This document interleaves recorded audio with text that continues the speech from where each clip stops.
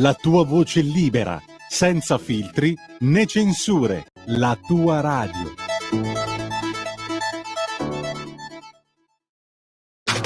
Stai ascoltando Radio Libertà. la tua voce libera, senza filtri né censura. La tua radio.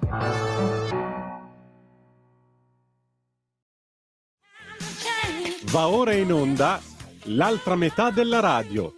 Parità di rassegna. Conduce Laura Ravetto.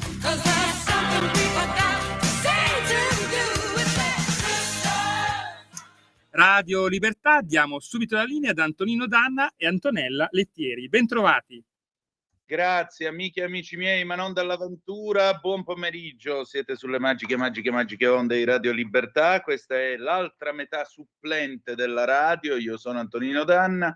Questa è la puntata del 12 dicembre 2022. Lunedì ho il piacere di presentarvi la supplente di Laura Ravetto, che oggi non può essere con noi, ma la salutiamo ovviamente con il consueto affetto. La nostra supplente ancora una volta è gradita come sempre Antonella Lettieri, che vi ricordo essere psicoterapeuta e in particolare la responsabile delle pari opportunità per la Lega in Campania. Buon pomeriggio e ben trovata Antonella. Buon pomeriggio, oggi ascoltate la mia voce, avete il mio santino, come funziona a Napoli ci sono i santini, perché ho problemi con la webcam. Ecco, per cui niente, vabbè, oggi siamo proprio nello spirito più francescano possibile della radio, che alla fine è costituito dall'essere una voce, che è la cosa più importante. Allora, Antonella, noi cominciamo questa nostra puntata. Intanto io volevo fare alcuni recall ai nostri ascoltatori. Vorrei ricordare alcune cose. La prima, di dare il sangue, che in ospedale serve sempre. La seconda, di visitare radiolibertà.net, che vi permette di sostenere questa radio con gli 8 euro mensili della Hall of Fame, fino ad arrivare di scaglione in scaglione ai 40 euro mensili del livello creator, che vi permettono di essere coautori e co-conduttori di questo paese.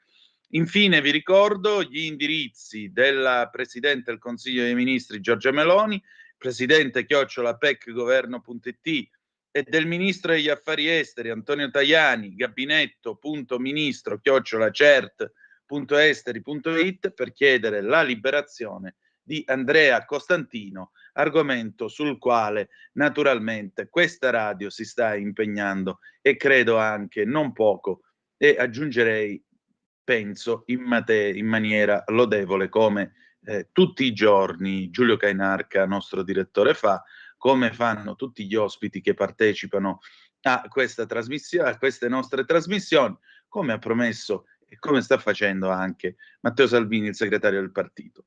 Ciò detto, se volete commentare la conversazione che noi adesso intraprendiamo con Antonella, 346-642-7756 per le vostre zap o WhatsApp che dir vogliansi. Il telefono è allo 0266203529.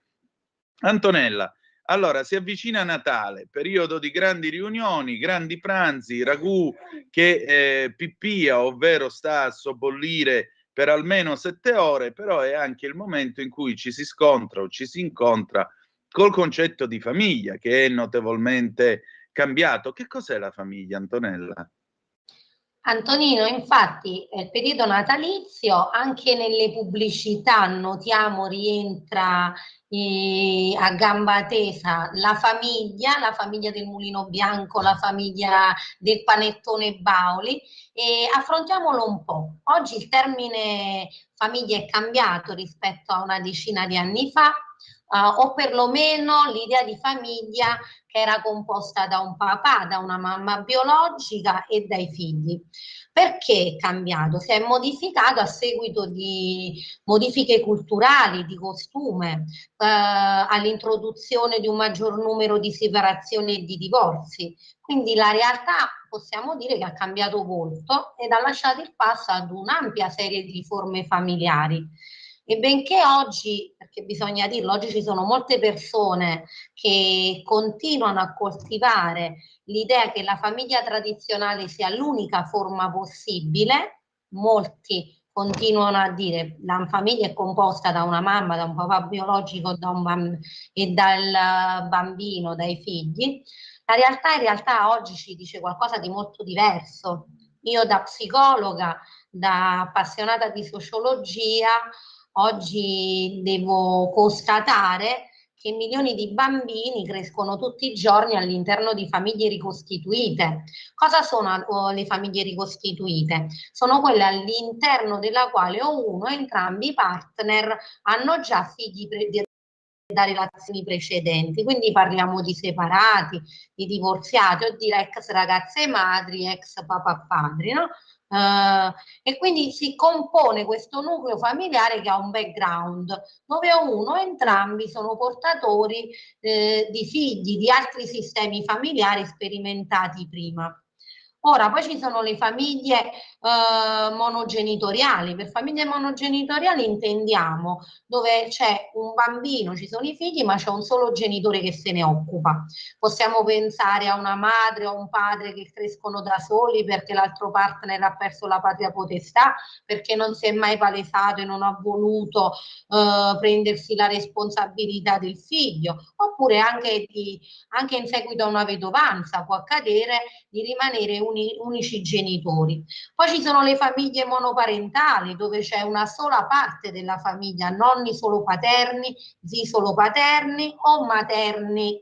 E quindi in questo caso c'è la famiglia allargata che è presente solo da un lato della famiglia. O, e lo vediamo oggi, ci sono anche le famiglie dove i genitori hanno entrambi lo stesso sesso, quindi sono entrambe due donne o entrambi due uomini. Quindi, a prescindere dal tipo di famiglia, abbiamo visto, la realtà dei fatti ci dice, è vero, nell'idea tradizionale la famiglia è simbolicamente formata da un papà, da una mamma e dai figli, però noi dobbiamo andare oltre e dobbiamo analizzare ciò che la società ci dice oggi. E oggi abbiamo un bel po' di tipologie di famiglie. Possiamo utilizzare questo termine, Antonino, un caos. Veramente Decisamente. oggi ci troviamo ad analizzare un marasma di tipi di contesti familiari, però come cosa dobbiamo fare? Dobbiamo avere un orientamento ben preciso e dobbiamo dire, ok, la famiglia è cambiata, però la famiglia per definirsi tale deve basarsi su dei pilastri che devono garantire al bambino un'esistenza serena, felice, e quindi al bambino bisogna garantire l'amore, perché i bambini, ricordiamoci, senza amore appassiscono, hanno bisogno di amore per crescere. Quindi parliamo del diritto della famiglia all'amore, c'è un diritto essenziale. La famiglia abbiamo detto che ci sono varie tipologie, però non può mancare il diritto all'amore, non può mancare il diritto di essere visti all'interno della famiglia, gli altri membri ti devono vedere, riconoscere, il marito deve riconoscere e vedere la moglie, deve rivedere il figlio, bisogna vedersi, i membri della famiglia devono avere la capacità di vedersi e di amarsi l'un l'altro. Poi c'è bisogno all'interno della famiglia, per definirsi tale, di trascorrere del tempo insieme, tempo che deve essere sia di qualità che di quantità.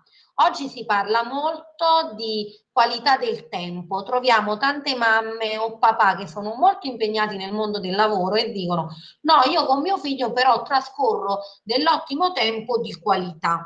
Andando ad analizzare, molto spesso questo tempo di qualità viene definito tale perché non c'è proprio il tempo, si ritagliano magari un giorno a settimana, poche ore a settimana, e in quelle poche ore pensano di riuscire a compensare la quantità che però è necessaria all'interno della famiglia.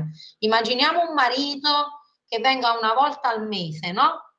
A casa dalla moglie, poi la moglie si lamenta, oppure cambia il sistema familiare, la moglie vuole separarsi o la moglie addirittura all'amante. Contestualizziamo cosa è venuto meno lì.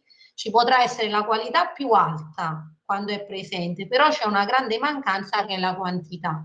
che non può essere sopperita. Quindi in una famiglia deve esserci la garanzia di qualità e di quantità. Quindi abbiamo detto questi presupposti, no? Ma ce ne sono altri che sono meno noti. Nella famiglia ci devono essere, quando si parla di famiglia con figli, non possono mancare due funzioni, Antonino. Una è la funzione materna e l'altra è la funzione paterna. Ora, bisogna stare bene attenti quando si dice questa dicitura, perché abbiamo parlato di funzione. Funzione che vuol dire che la funzione paterna e la funzione materna non sono ad esclusivo appannaggio della mamma o del papà. Quindi quando parliamo di funzione materna non vediamo per forza la mamma, paterna per forza il papà. La funzione materna è deputata all'accudimento e all'accoglienza, quindi è la funzione che si sintonizza, che permette al genitore di prendersi cura del bisogno del bambino, che possono essere sia fisici che psichici. Quindi fisici l'accudimento proprio fisico, psichico l'accudimento mentale. Risponde all'emotività, infatti è fondamentale questo tipo di funzione perché garantisce al bambino il contenimento dell'angoscia. Ipotizziamo un bambino che piange disperato, la mamma lo culla e lo porta al seno, il bambino improvvisamente si calma.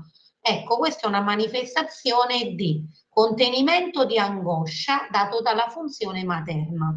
Il bambino si fa male, sta giocando a pallone, cade, si sbuccia il ginocchio, piange disperato, la mamma o la nonna lo abbraccia e dice non è successo nulla e lo medica. Funzione materna, perché c'è l'accudimento fisico, c'è l'accudimento psichico, c'è il contenimento dell'angoscia. Ora, nelle famiglie bisogna garantire questo tipo di funzione, anche se la madre non c'è. Quindi ci deve essere qualcuno che dia questo tipo di risposta al bambino. La madre non c'è perché è assente, è andata via, è scomparsa, non ha voluto prendersi responsabilità di questo figlio. C'è una persona che in questo nucleo familiare se ne prende cura? Sì, la nonna, sì, la zia, benissimo. In questo caso il bambino ha dove attingere la funzione materna. Antonino, mi sono spiegata per i più, chiedo a te un feedback. Sì, mi hai ricordato una cosa, così te la racconto e magari l'argomento è un po' più chiaro. Quando ero bambino io c'era questo figlio di questo collega di mio papà e questo collega di mio papà venne mandato in Iran in cantiere per il gruppo ENI. E lui si faceva 7-8 mesi, anche un anno fuori in Iran e poi rientrava. Questo bambino sostanzialmente il nonno andava a prenderlo a scuola, il nonno lo riportava a casa, il nonno si relazionava con sua volta era sua figlia.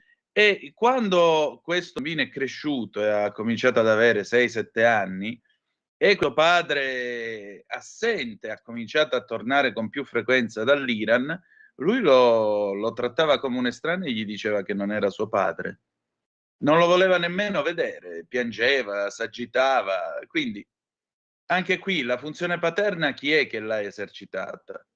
La funzione paterna è stata, badiamo bene, i bambini sono attenti, quando i bambini non hanno mancanze si creano degli equilibri saldi, dove in questo caso era il nonno, no? Certo. Che citava questa funzione paterna, quindi il bambino non era manchevole di una funzione. Quando veniva l'intruso, passatemi il termine, che era il suo papà biologico, lui si sentiva minacciato un equilibrio che aveva trovato e quindi è normale che c'era il disconoscimento. Io ti disconosco perché nel mio mondo tu non ci entri, non ci sei. Far entrare te vuol dire creare un nuovo equilibrio che magari mi romperai perché riandrai nuovamente via.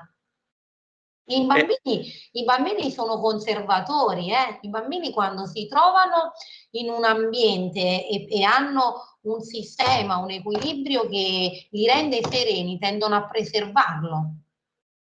Quindi il papà doveva fare i conti comunque, e sicuramente l'avrà fatti con un nonno che ha preso una funzione e lui gradualmente doveva rientrare o assumerne un'altra. Questo accade spesso con i genitori, con le famiglie ricostituite, dove c'è una madre che magari si risposa con un altro uomo, c'è un figlio e di fatto ci sono due papà.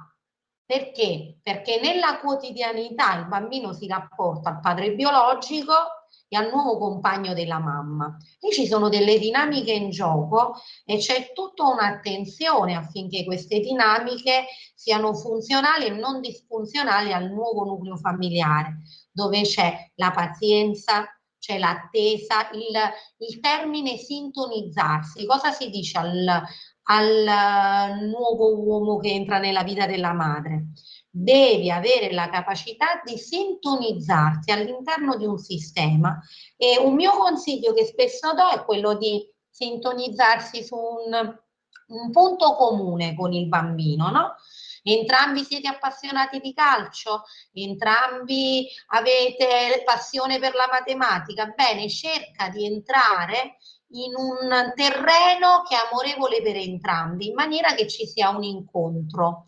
Da questo incontro a piccoli passetti si può costruire un percorso di vita dove tu sarai coparte, però non si può pensare improvvisamente di mettersi nei sistemi perché vieni respinto. Noi abbiamo un po' come gli anticorpi, no? Arriva un batterio, subito il nostro organismo che cosa fa? Non lo riconosce, lo respinge, lo combatte. Così la famiglia è un'entità a sé, il bambino ha questa forte capacità di carpire, no? L'intruso, carpire che sta per avvenire un terremoto emotivo e quindi mette in moto delle strategie per poter restare nel suo equilibrio, che lo fa stare sereno, perché è un equilibrio in cui si è abituato ad essere, ad esistere. Allora, hai parlato di papà, passiamo alla funzione paterna. Abbiamo detto che la funzione materna è quella dell'accoglimento, dell'accudimento. La funzione paterna invece ci aiuta a capire e a mettere a fuoco le paure. Perché? Contemporaneamente veicola le energie per affrontarle e superarle. Tutti i bambini, tutti gli esseri umani si rapportano al pericolo, al mondo nuovo e quindi la funzione paterna è quella che si sintonizza sullo sperimentare il mondo, quindi è quella che dà coraggio, veicola il bambino, gli dice dove andare, lo spinge ad uscire fuori dalla funzione materna. Va bene, sì, sei accolto dalla funzione materna, ma la funzione paterna ti invoglia a sperimentarti, all'autonomia, a superare quelli che sono i tuoi limiti, ad andare fuori dal guscio del tuo accudimento.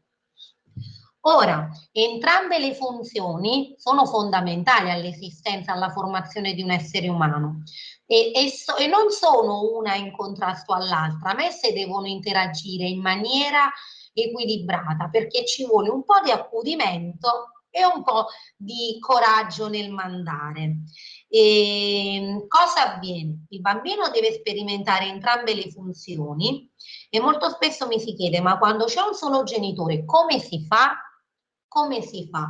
Domanda giusta, intelligente, diamo la risposta. Quando c'è un solo genitore si può ovviare in una maniera. La funzione mancante o la si prende all'interno della rete familiare, come è accaduto con il tuo amico, no? Si è andata a captare il nonno che era vicino nella rete familiare, certo. E quindi il nonno ha sopperito. Oggi è molto più difficile perché mentre prima io ricordo, almeno io nella mia infanzia, no, vivevo molto una famiglia allargata, c'era da andare a pranzo dalla nonna, c'erano i parenti che si vedevano ogni domenica, la famiglia era accerchiata, no, da un circuito, c'erano tanti satelliti attorno a cui attingere. Oggi la vita ci ha reso famiglie molto più chiuse, dove siamo diventati delle vere e proprie isole. magari ci si trasferisce, quindi ci si trova marito e moglie a vivere da soli lontani dai nonni. Questo ci ha portato da una maggiore autonomia, ma una maggiore povertà di affetti. In questo caso può capitare veramente che ci sono mamme o papà che sono unici e da soli devono ovviare e devono essere bravi ad avere in loro entrambe le funzioni. Quindi a poter dare contenimento, ma a poter dare contemporaneamente anche quella voglia di curiosità, di autonomia nel mondo. E questo per quanto riguarda i genitori da soli. Quando ci sono i genitori separati, ancora più complesso. Cosa è fondamentale? Il dialogo. Il dialogo, perché bisogna dialogare. Il bambino ha bisogno di un sistema educativo che sia uno e solo, fatto da entrambi i genitori. Quindi entrambi i genitori devono collaborare affinché il sistema educativo che viene demandato al bambino sia uno solo. Quindi non è che quello quando sta con la mamma può fare delle cose perché la mamma gliele permette, quando sta col papà non può fare quelle cose perché il papà non gliele permette. Allora la mamma dice va bene, puoi mangiare le cioccolate, il papà ma a casa le cioccolate non si mangiano. Nel bambino nasce un caos che gli genera veramente disturbi quando sarà più grande. Quindi genitori, anche all'interno dello stesso nucleo familiare, perché non è che avviene solo nei casi di separazione, anche all'interno dello stesso nucleo familiare, tante volte mamma e papà la pensano diversamente, dobbiamo essere responsabili, dialogare di più e creare insieme il giusto equilibrio tra le funzioni per poter offrire al bambino un sistema educativo misto, fatto da entrambe le funzioni e coerente, non cambiare mai improvvisamente dal giorno alla notte delle regole che possono solo confondere la crescita dei vostri figli. Aggiungerei, non tagliatevi la barba, perché mi hai fatto ricordare un'altra cosa. C'era questa figlia di amici comuni, il cui papà era imbarcato. Era ufficiale di macchina, mi pare, su una petroliera. E lui aveva l'abitudine di portare la barba proprio da marinaio, da imbarcato. Poi un bel giorno è andato via, sta fuori, fa il suo turno e decide di tagliarsi la barba. E si presenta a casa col volto perfettamente liscio, rasato. La figlia non lo voleva riconoscere. Gli gridava: tu non sei mio padre. Antonino, certo che dai tuoi racconti emerge una terra bellissima, quella tua di appartenenza, ma una terra di migranti. Purtroppo sì, perché ahimè, quando lavoro non ce n'è, te lo devi andare a cercare fuori. Pure io mi sono riconosciuto quando tu hai detto i genitori con i nonni lontani. Eccomi qua. Io mi sono fatto Natali, o meglio, feste natalizie dell'asilo e della scuola elementare con la replica per i nonni, e c'ero io con mia moglie e tutti gli altri nonni. Perché? Perché chi doveva esserci non c'era, era a più di 1000 chilometri di distanza, o a più di 1000 o a più di 400 chilometri di distanza. Quindi sai, è tutto così. Effettivamente io mi riconosco in alcuni discorsi che tu fai, perché è proprio così. Certe volte devi supplire tu, devi supplire per esempio se tu cresci e tuo nonno è morto prima che tu nascessi. Quindi come fai ad avere un rapporto con uno che non c'è più, che non hai mai conosciuto e così via? Penso anche a chi resta senza padre. Penso per esempio a questa famiglia di amici, lui col figlio che sono rimasti a Milano, lei con la figlia che ha trovato lavoro in Val d'Aosta e quindi si vedono una volta ogni 15 giorni. Anche qua sacrifici su sacrifici. Però Antonella, io ti chiedo 30 secondi di pausa, poi torniamo. La tua radio è ascoltabile anche con la televisione in digitale. Sul telecomando della televisione o del tuo ricevitore digitale puoi scegliere la TV o ascoltare canali radio, anche Radio Liber Canto 52.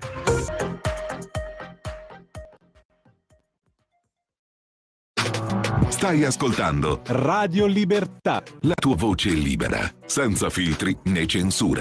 La tua radio. Festa sarà se dentro il nostro cuore lo spirito del Natale terremo vivo con l'amore. Buon Natale, buone feste da tutto lo staff di Radio Libertà, la tua radio.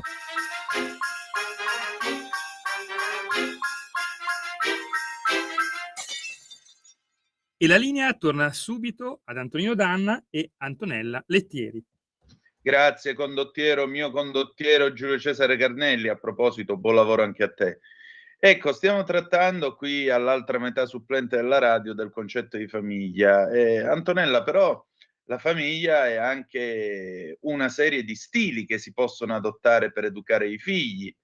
C'è quello, per esempio, che dice ai figli che si impara ad obbedire per imparare a comandare, cosa che invece secondo me è uno strumento invece per imparare a depensare, perché uno alla fine dice vabbè, tanto se io devo sempre obbedire ci sarà sempre qualcuno che mi impartirà degli ordini che devo eseguire, quindi per quale motivo assumermi la responsabilità di una scelta? E poi ce ne sono altri, o sbaglio? Allora, la psicologia ha analizzato i vari stili educativi all'interno dei sistemi familiari. Ricordiamo che i sistemi familiari sono unici perché noi individui siamo unici. Quindi due individui insieme già portano delle unicità e insieme creano un sistema educativo, una famiglia autentica, sola, unica, no? Non c'è una copia di una famiglia, quindi non ci sono famiglie uguali alle altre, però ci sono in linea di massima degli stili educativi nelle quali le famiglie si possono rispecchiare. La psicologia parla di 4 stili: quello autorevole, l'autoritario, il permissivo / indulgente, il trascurante / rifiutante. Quindi ne abbiamo 4 macro categorie all'interno delle quali ci si può rispecchiare.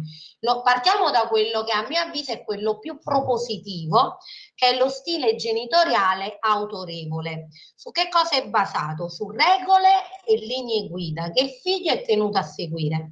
Però che cosa avviene? Tuttavia lo stile del genitore è uno stile democratico, perché il genitore può adattarlo attraverso il dialogo, e quindi le regole non sono regole rigide, stabilite, ferme, irremovibili. C'è anzi la valorizzazione dell'indipendenza e dell'autonomia. Le regole vanno spiegate. All'interno di questo stile genitoriale le punizioni non sono corporee, ma sono punizioni raccontate, dove si racconta il perché della punizione e si analizza cosa non è stato fatto bene. Il bambino viene reso attivo all'interno del sistema, quindi può dire la sua, può partecipare. Alla base ci sta un rapporto di valorizzazione del dialogo. Quindi io sono il padre, ruolo ben definito. Io sono la madre, ruolo ben definito, tu sei figlio, ruolo ben definito, ma tra di noi c'è l'intercomunicazione, comunichiamo tra di noi, ci raccontiamo gli avvenimenti. Questo sistema porta il bambino ad essere, si è visto, no, col tempo, i bambini cresciuti sotto questo tipo di stile sono bambini estremamente democratici, si è visto che rendono di più nel mondo del lavoro e sono più performanti a livello sociale, tendono a frequentare più gruppi, perché sono stati abituati fin da piccoli all'apertura mentale, al ragionamento, quindi non appartengono a una categoria e basta, ma sperimentano diversi tipi di amicizie, sperimentano diversi tipi di sport, anche al lavoro non hanno paura del cambiamento e quindi sperimentano più lavoro all'interno della vita. Li possiamo definire smart, dinamici. Questo è uno stile a cui bisognerebbe ispirarsi, perché è uno stile che promuove l'autostima del bambino. Ricordiamolo che l'autostima è quello che poi è l'equipaggiamento che daremo ai nostri figli quando noi non ci saremo più. Un bambino quando esce di casa, perché i bambini, badate bene, ascoltano i genitori fino a 12 anni, dopo i 12 anni i bambini, i genitori non li ascoltano più, perché subentra il gruppo dei pari a cui riferirsi. Però è fondamentale per un bambino sapere che io non voglio ascoltare mio padre e mia mamma, ma so che mia madre e mio padre sono lì in caso loro mi ascoltano. È fondamentale il non ti voglio vedere, ma devo sapere che ci stai per me. Così funzionano dai 12 anni in poi. Certo. Questo sistema funziona bene anche dopo i 12 anni e lo abbiamo visto. Poi c'è un altro che il sistema con cui hanno familiarizzato i miei genitori, i miei nonni, che è il sistema autoritario. Che vuol dire? Ci sono delle regole estremamente rigide, è basato sul controllo esterno, quindi il genitore controlla il bambino, impone le regole, non le spiega, non c'è dialogo, ma disciplina. È molto militarizzata la cosa. Quindi è caratterizzato da una non flessibilità delle regole. Queste sono e basta. Non voglio, hai fatto tardi, magari ho fatto tardi perché il mio amico si è sentito male, l'ho dovuto accompagnare in ospedale, non mi importa, hai fatto tardi, vieni punito. Sei caduto, non mi importa che sei caduto perché ti hanno messo lo sgammetto, sei caduto, Poi ti do il resto. ma che vieni, te le do doppie e poi mi spieghi. Questo tipo di sistema è performante per il bambino a scuola, quindi può capitare che genitori tanto severi che cercano la performance nel bambino abbiano delle aspettative molto alte e quindi i bambini tendino ad accontentare i genitori andando molto bene a scuola, impegnandosi in maniera molto attenta nello sport, in tutto quello che gli viene posto davanti. Però che cosa avviene? Si perde l'anima, perché il bambino sa che deve comportarsi bene, deve prendere i voti buoni a scuola, altrimenti dopo il papà lo punisce. Deve fare bene perché il papà spreca i soldi a calcetto e quindi lui deve essere bravo. Questo lo porta a una rigidità anche nelle relazioni, che con i suoi coetanei magari c'è un litigio, quel litigio diventa motivo di litigio assoluto, non c'è possibilità di pace perché hai sbagliato. Al lavoro si sono comportati male con me, basta, mi licenzio e finisce lì. C'è una mancanza di empatia, viene meno l'empatia. Viene meno la voglia di raccontarsi anche all'interno del nucleo familiare. C'è la madre che è rigida nel suo ruolo, il papà rigido nel suo ruolo, il figlio deve adeguarsi di conseguenza. È un sistema che è diventato nel tempo, oggi, nella società moderna, fortunatamente un po' obsoleto. Ma meno male. E non permette l'autostima, permette la performance, ma non l'autostima.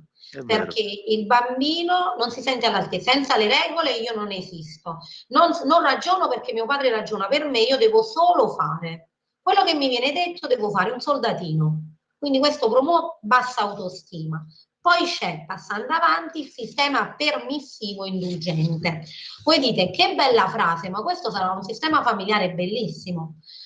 No, ha molte criticità perché il sistema permissivo indulgente è quello dei genitori che sono molto affettivi, ottimi genitori da piccoli, mamma che abbraccia sempre, papà che abbraccia sempre, raccontiamo storie, rotoliamoci nel fango insieme, andiamo a correre sotto la pioggia, tutto è possibile, tutto l'amore che c'è lo esterniamo, ma non c'è contenimento. Il bambino non vuole essere sempre accontentato. Vuoi un gioco? Eccone 100. Sul divano della zia a Natale la zia dice non mangiare la cioccolata lì, ma è un bambino, lascialo stare, sporchiamo tutto il divano della zia, no? C'è un'incuranza verso le regole. Questo ha portato studi a comprendere che i bambini che sono soggetti esposti a questo tipo di sistema familiare tenderanno da grandi a fare abuso di alcol, di abuso di droghe. Perché? Perché non gli è stato trasmesso il concetto di regola. Tutto è possibile, tutto viene scusato, anche il comportamento fuori dalle regole, perché non ci sono regole, quindi tutto è possibile. Questo tipo di genitori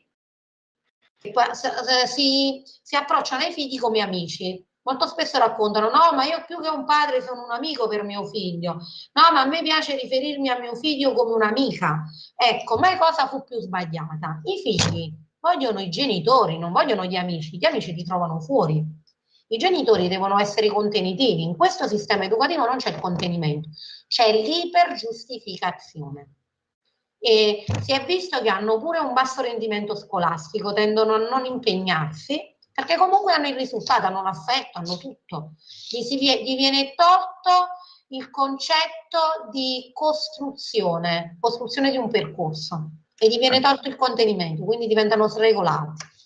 Antonella, scusami un attimo, perché ci sono 2 telefonate in attesa. Ti volevo anche leggere una zappa che è arrivata al 346-642-7756. Ha capito perché esiste il problema della denatalità? Oggi, oltre al problema economico, esiste il problema del tempo. Ferdinando da Verona. Però io ascolterei un attimo queste 2 telefonate. Pronto, chi è là? Pronto? Sì. Sì, ciao Antonino, sono Alessandro da Bologna, buon Grande, pomeriggio. ben trovato, dici tutto. Buongiorno, buon pomeriggio a voi. Allora, dicevo che secondo me bisogna essere anche un po' indulgenti con questi poveri genitori. Ve lo dico da genitore che ha 3 figli, una di 4, una di 9 e uno di 14. Ciascuno di loro è diverso dagli altri e ciascuno di loro ha necessità e bisogni differenti, perché sono 3 mondi completamente diversi. Io dico sempre che se a ciascuno dessi la stessa cosa farei torto a ognuno di loro, perché sono completamente diversi. La più piccola è un vulcano, quella di mezzo è nel suo mondo e il ragazzino vive il momento della crescita e quindi anche del conflitto in famiglia con i genitori. E i poveri genitori, che siamo io e mia moglie, hanno bisogno anche di sbagliare, non so come dire, hanno bisogno anche di capire se le cose, se le formule che hanno applicato possono andare bene oppure no. Insomma, sti poveri genitori lasciamoli anche sbagliare, perché sennò, poverini, già avere dei figli è faticoso oggi col mondo di oggi, se non possono neanche sbagliare è un dramma. Scusa, però io lo dico come battuta, ma anche con un po' di solidarietà di categoria.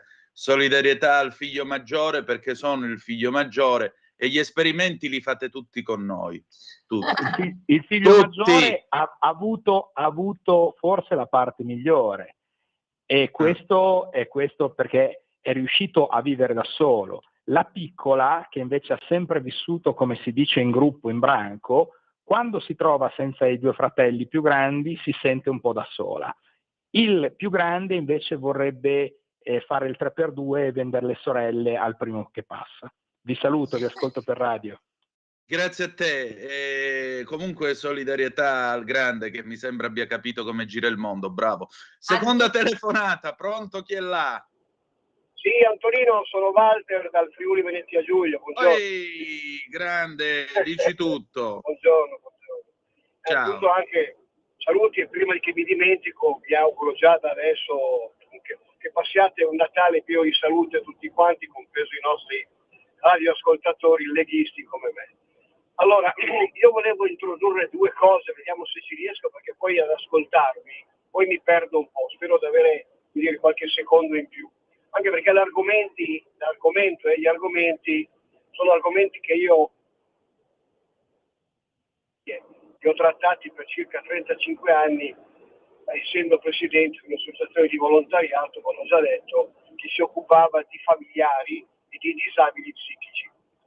Allora, l'associazione nasceva per occuparsi di disabili psichici, partendo dall'alto carico, e la dottoressa sa di che cosa parlo, quindi partendo dalle schizofrenie a scendere, ma però di fatto abbiamo tentato in 35 anni di occuparci sì dei disabili psichici, ma però questo sotto i progetti che noi abbiamo fatto, e sono ancora su internet, sul nostro sito, erano per i familiari, perché ritenevamo che poi quelli che dovevano essere tutelati dovevano essere proprio i familiari, e la famiglia intesa proprio come nucleo importante. Io direi una cosa, che innanzitutto ricordiamoci tutti noi, io mi ricordo, sono un nonno, okay, che i figli non sono una proprietà.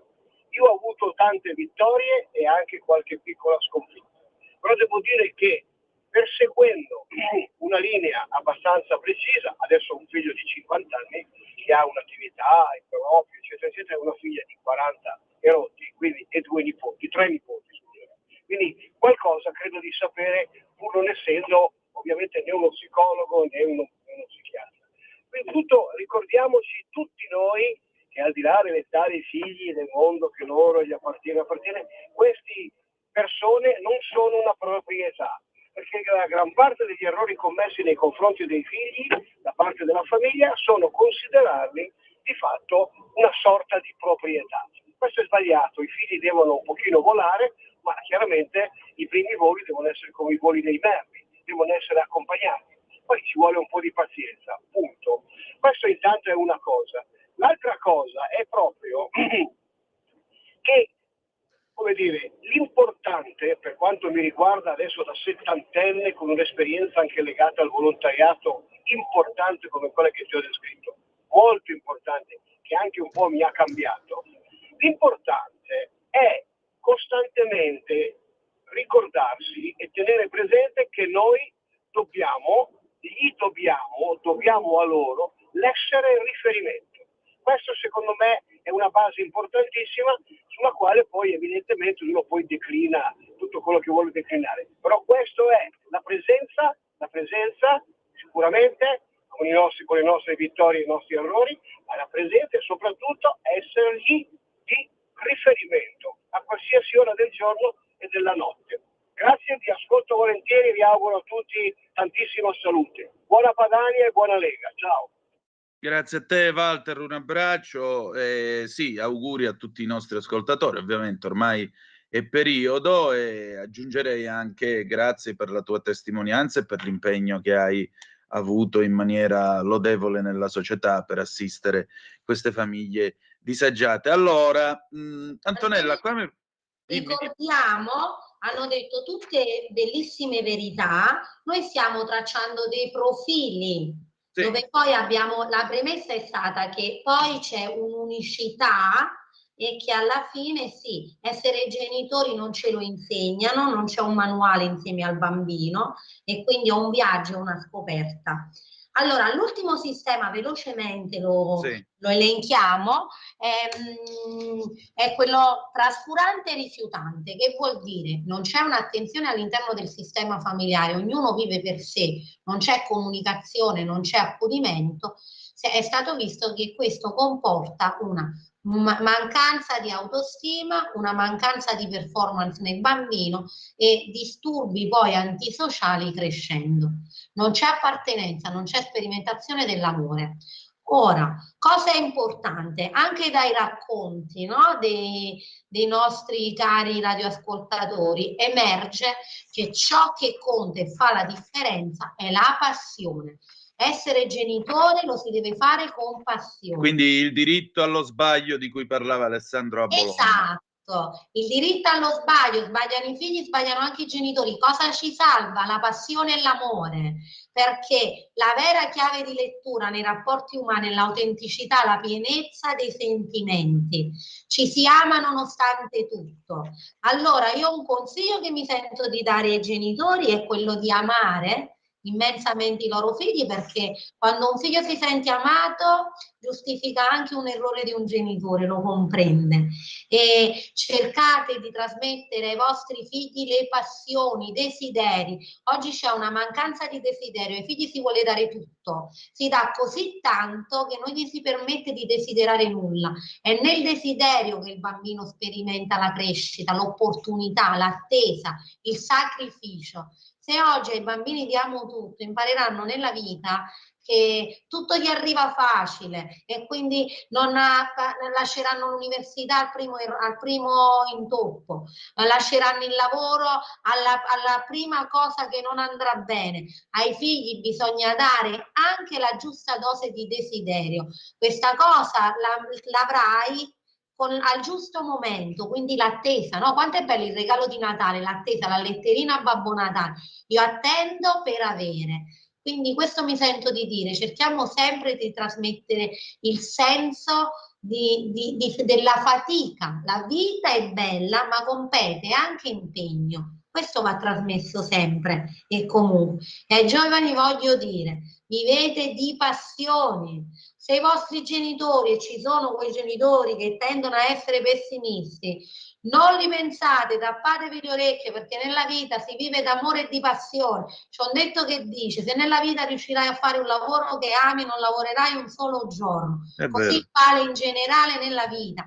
Siate costruttori e coltivatori dei vostri sogni, perché voi avete in mano un futuro che deve essere migliore del nostro. Noi viviamo la nostra realtà e in merito al futuro spetta a voi costruirlo. Quindi siate promotori di passioni.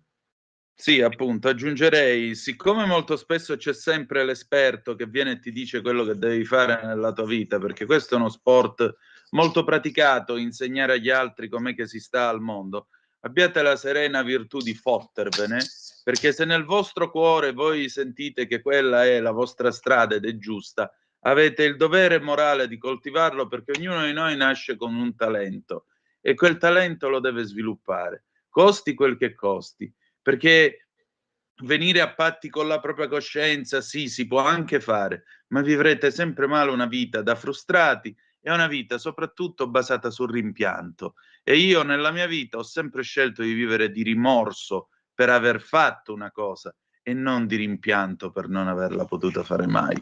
Questo è... Antonino, Dimmi. c'è una bellissima parabola, no? Una piccola favoletta che racconta di un uovo di aquila che cadde all'interno di un nido di galline. Questa gallina allora cosa fece?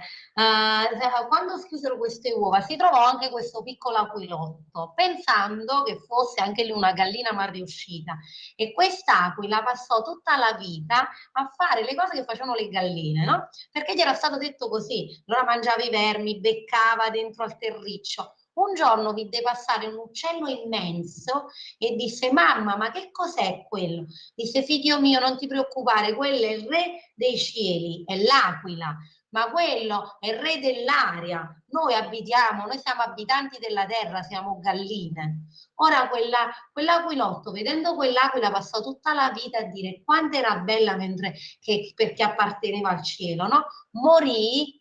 Morì quell'aquila pensando di essere una gallina. La parabola cosa serve a dire? Impediamo agli altri di dirci cosa essere, ma scopriamolo noi stessi. Perché Esatto. quell'aquilotto non gli era mai stata data la possibilità di dire sperimenta a fare un volo più alto. No, noi galline le voliamo poco e lui tutta la vita passò così. Appunto. Senti, invece Walter diceva una cosa che io condivido. I figli non sono proprietà nostra, aggiungerei, i figli nemmeno ci chiedono di venire al mondo, per cui una volta che vengono al mondo noi abbiamo il dovere di dargli tutto il meglio di noi stessi. E dice anche un'altra cosa, essere punto di riferimento sempre, cioè non si smette di essere genitori dei figli, anche se i figli hanno 50 anni e a loro volta sono padri di altri figli o addirittura sono nonni di nipoti. Cioè non si smette di essere padre e figli passate una certa età o nel momento in cui uno si marita e allora si è fatto la famiglia per i fatti suoi e quindi gli mettiamo la croce sopra, che non vuol dire invadenza, aggiungerei, ma vuol dire appunto presenza, autorevolezza e non autorità, che è concetto ben diverso, o mi sbaglio? Assolutamente, ci sono certi ruoli che non passano mai, no? Quando capita spesso, no, che alcune signore di 60 anni, 50 anni vadano in depressione quando muore la mamma, no? E vengono all'ASL. Quando facevo tirocinio alla salute mentale mi capitavano spesso queste signore dicevano: non mi so spiegare, è morta mia mamma, aveva 95 anni. Mi dicono: ma tu sei pazza, stai piangendo come una disperata. In realtà perché faceva bene, c'era l'elaborazione della morte della sua mamma. In quel momento non piangevo una persona anziana che aveva vissuto una vita piena, che magari aveva pure sofferto gli ultimi anni perché era malata. In quel momento stava piangendo un ruolo emozionale, piangeva la sua mamma, la mamma non ha età, l'affettività non ha età. Noi perché i figli restano figli, i genitori restano genitori, i nonni restano nonni, non elementi? Perché l'affettività non ha età, non passa, non passa, non è una malattia, non ci passa. Mia madre sarà sempre mia mamma. Avrà 90 anni, io sarò sua figlia e lei sarà mia madre. Mia figlia sarà sempre mia figlia, come mia nonna resterà sempre mia nonna. Ci sono dei ruoli emotivi che non hanno età. quindi non ci si abitua mai poi dopo all'elaborazione quando vengono meno questi ruoli o non si passano. Io non vedo mia mamma come la nonna di mia figlia, io vedo mia mamma come mia mamma. Tant'è vero che la chiamo mamma, non la chiamo nonna. Mi pare giusto del resto. È la magia dei rapporti umani. Poi ci sarebbe qui da disquisire, noi abbiamo parlato tanto dell'importanza della famiglia, e qui apro un punto di domanda, no? Le case in famiglia. Lì le due funzioni, paterna e materna, esistono? Oggi gli affidi momentanei, determinate situazioni complesse, garantiscono tutto questo? Il sistema, alcune case famiglia raccontano realtà ben diverse, dove c'è un avvicendarsi di operatori che non permettono la stabilità dei rapporti. Io che ho lavorato nelle strutture, e non sto generalizzando, dico le strutture, le case famiglia devono stare bene attente perché il bambino ha necessità, l'abbiamo visto, di avere queste funzioni. Nelle case famiglie è molto facile trovare la funzione quella delle regole, no? Quella paterna, viene meno quella materna dell'accudimento. Ricordiamo che la funzione materna è fondamentale perché dice: io ti amo per quello che sei, ti accetto così, non per quello che fai. Nelle case famiglie ci sono delle regole, delle discipline, si condividono gli spazi con tanti altri bambini, l'operatore è un operatore che si divide per tanti e lì non lo so, punto di domanda.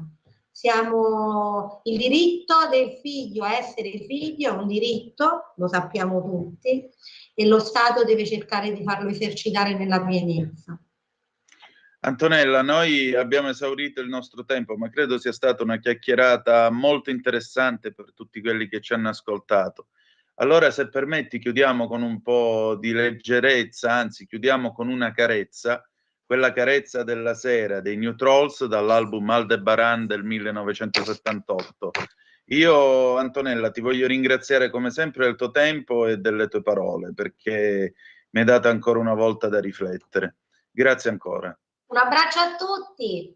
E allora noi chiudiamo qui, se avete voglia e vi fa piacere, alle 18 siamo in onda con Zoom, stasera con noi l'avvocato De Filippi è Nello Scavo, parleremo ancora una volta di figli e altrimenti ci si ritrova con l'altra metà della radio lunedì prossimo alle 15 sulle magiche onde di Radio Libertà. Grazie per essere stati con noi e ricordate che the best is yet to come, il meglio deve ancora venire. Vi hanno parlato Antonella Lettieri e Antonino Danna. Buongiorno.